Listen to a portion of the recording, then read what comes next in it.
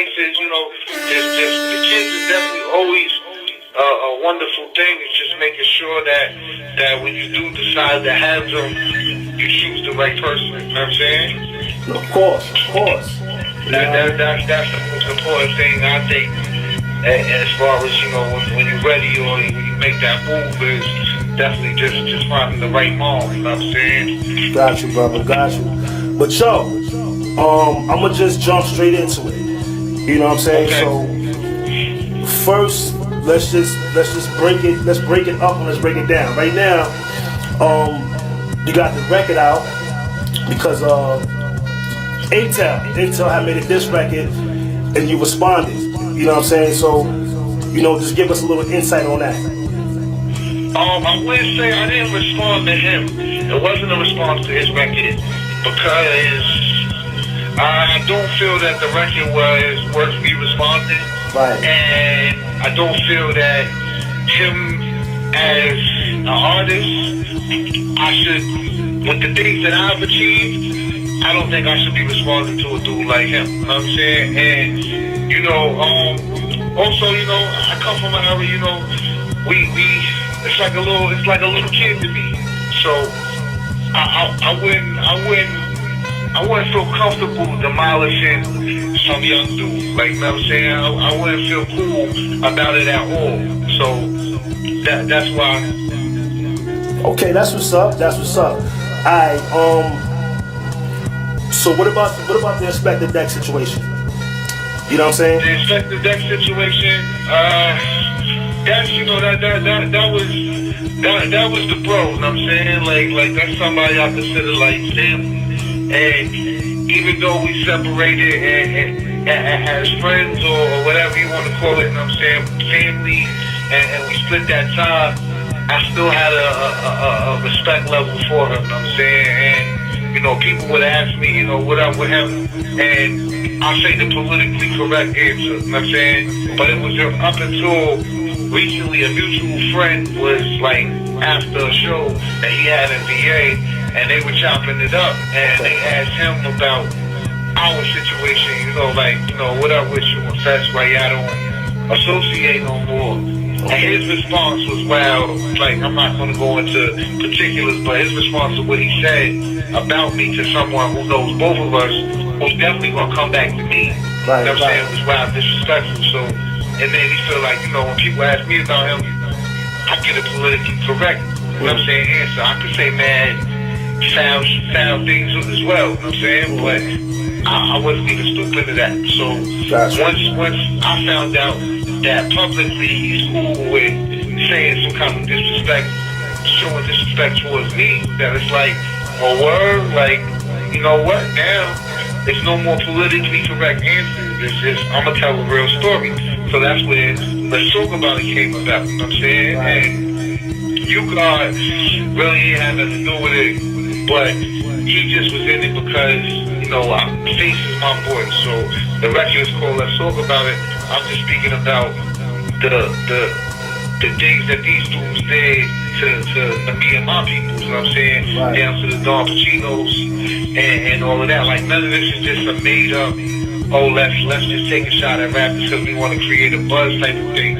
And even back to Intel, you know what I'm saying? Like I said, I watched this little dude grow up. Like, I remember he was a child, and people may not even know this, but he was shot when he was a child. You know what I'm saying? Right. And he survived. Like, some straight bullet hit him. You know what I'm saying? As a child, and so he's like the miracle kid in the hood. Like, it wouldn't even seem cool with me rapping against the miracle kid. You know what I'm saying? Like, it's like, so you think what I'm saying? It's like you watching your friend's daughter grow up and now you do some foul shit to her. Like, you know what I'm saying? You can't, at the end of the day, let the little dude live. Like, I ain't mad at him. He should just have his bars up though, really though. Like, I'm saying, that's my advice, but I ain't mad at him.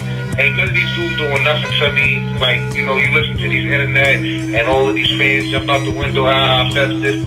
People who know me and where I'm from, they know I'm a stand-up dude. So y'all can pay no attention to none of that bullshit. Alright, that's peace. Alright, so yo, look. I already know for a fact that you've been flooded the market. You've been flooded the market with albums and projects that you've been putting out for some time now.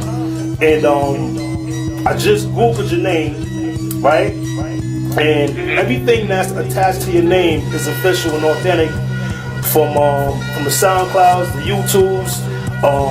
You know what I'm saying? I see mad information on you as far as like the albums, the cassettes was featured on, and things like that. Now here's a biography that just popped up. I'm gonna just read you the first 3 lines, right? It says, a native of New York City, Fes Taylor was born in Harlem and raised in Staten Island. This very talented MC realized early in his childhood that he had a passion for one thing, which was music. You know what I mean? So, and then I just see like a lot of good things going on right now, man. You know what I'm saying? Like, I didn't even know you was running with Blackfist Records back in the days. And I didn't even know you was fucking with King Just and shit like that. You know what I'm saying? Now, to this last line of the biography that I'm reading pertaining to you. Okay, it says, soon after, the MC known as Profes made his debut on King Just 1994 album entitled Mystics of the God. The album sold over 300,000 copies and was an astonishing success. Alright, so for me, that just says a whole lot. You know what I'm saying? That just says a whole lot. But if you could just build upon that, you know what I'm saying? About that group and the success of that album real quick, you know what I mean? Just break it down for us. I mean, that was a blessing. The Shaolin Soldiers and King Just, you know, at that point in my life, I had just fell in love with music. Right. I mean, prior to wanting to be an artist, I had just fell in love with music, period.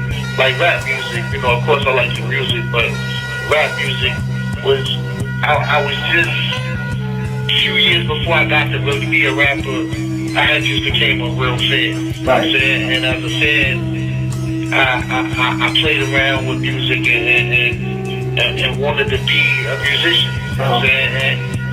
And I guess I got pretty good at it, or I thought I was good at it, and I just started taking steps towards just having fun with music. But then they came to the point to where it felt like, you know, like I said, I'm pretty good at this, and something maybe I want to try. And then we got an opportunity. We King Just and these dudes, like, you know, we 15, 16 years old at this time, you know what I'm saying? And we young dudes, you know what I'm saying? And we get the experience to actually go on the road and go on tours and perform in front of 30,000 people. Like, we did the first summer jam and shit. Right. In high school. I'm in high school, you know what I'm saying? A freshman. And we did the first summer jam. And it was crazy, you know, like we had free ticket. I met Big before Big blew up, like, you know what I'm saying? Wow. We hung out with the Loonies and I Jack the Rapper, and when they had, you know what I'm saying, this before 5 on it, you know what I'm saying?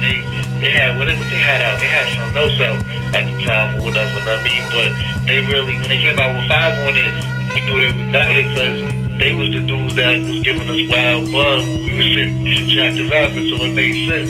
Like when they made the 5 on it, so it was like dudes really bad, and they had it, like, you know what I'm saying? So, you know, it was beautiful.